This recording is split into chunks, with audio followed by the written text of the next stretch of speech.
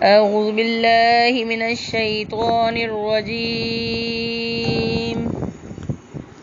بسم اللہ الرحمن الرحیم۔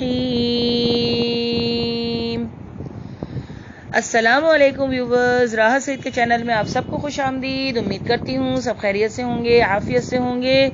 تو آج ہم سورۃ النساء کی آیات کا ترجمہ شروع کر رہے ہیں۔ سورۃ النساء مدنی ہے۔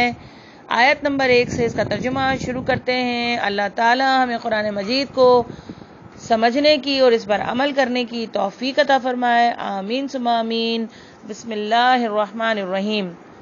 اللہ کے نام سے جو بے انتہا مہربان اور رحم فرمانے والا ہے۔ لوگوں، اپنے رب سے ڈرو جس نے تم کو ایک جان سے پیدا کیا اور اسی جان سے اس کا جوڑا بنایا اور ان دونوں سے بہت مرد اور عورت دنیا میں پھیلا دیے۔ اس خدا سے ڈرو جس کا واسطہ دے کر تم ایک دوسرے سے اپنے حق مانگتے ہو اور رشتوں اور قرابت کے تعلقات کو بگاڑنے سے پرہیز کرو۔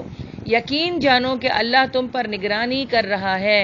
یتیموں کے مال ان کو واپس دو، اچھے مال کو برے مال سے نہ بدلو اور ان کے مال اپنے مال کے ساتھ ملا کر نہ کھاؤ، یہ بہت بڑا گناہ ہے۔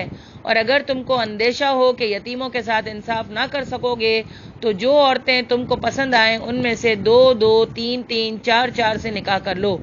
لیکن اگر تمہیں اندیشہ ہو کہ ان کے ساتھ عدل نہ کر سکو گے تو پھر ایک ہی بیوی کرو یا ان عورتوں کو زوجیت میں لاؤ جو تمہارے قبضے میں آئی ہیں۔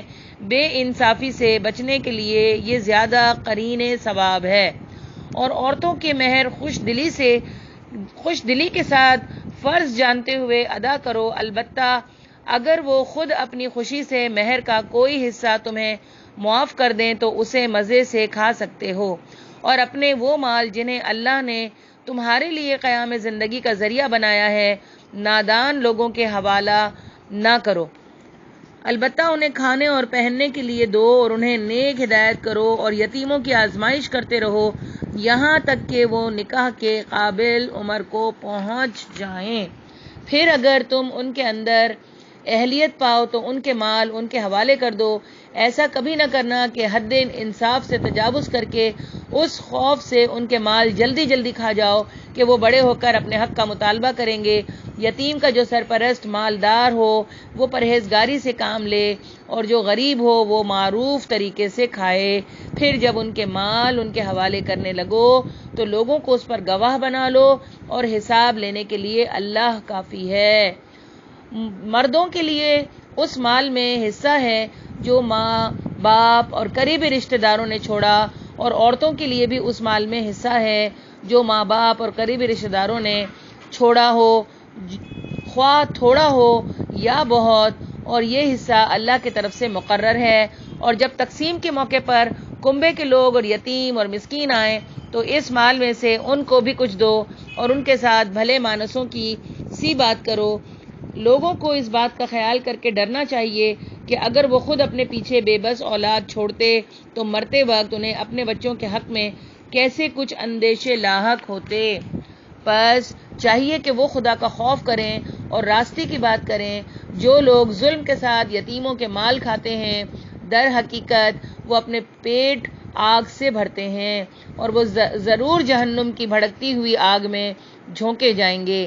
تمہاری اولاد کے بارے میں اللہ تمہیں ہدایت کرتا ہے کہ مرد کا حصہ 2 عورتوں کے برابر ہے۔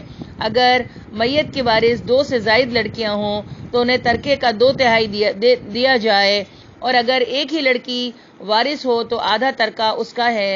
اگر میت صاحب اولاد ہو تو اس کے والدین میں سے بھی ایک کو ترکے کا 6واں حصہ ملنا چاہیے، اور اگر وہ صاحب اولاد نہ ہو اور والدین ہی کے اس کے وارث ہوں تو ماں کو 3واں حصہ دیا جائے، اور اگر میت کے بھائی بہن بھی ہوں تو ماں 6 حصے کی حقدار ہوگی۔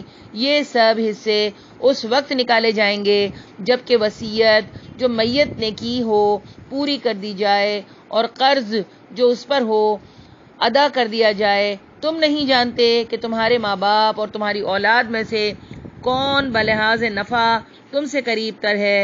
یہ حصے اللہ نے مقرر کر دیے ہیں اور اللہ یقیناً سب حقیقتوں سے واقف اور ساری مصلحتوں کو جاننے والا ہے۔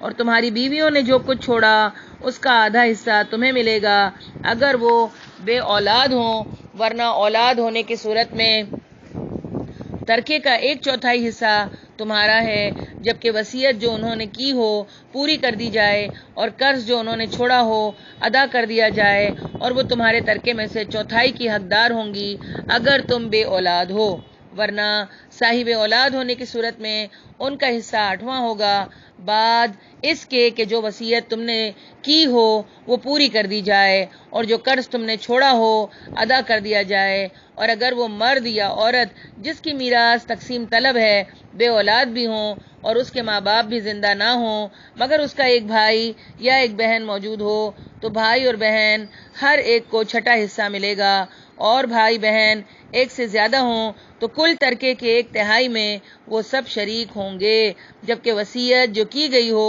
پوری کر دی جائے اور قرض جو میت نے چھوڑا ہو ادا کر دیا جائے، بشرط یہ کہ وہ ضرر رساں نہ ہو۔ یہ حکم ہے اللہ کی طرف سے، اور اللہ دانا و بینا اور نرم خو ہے۔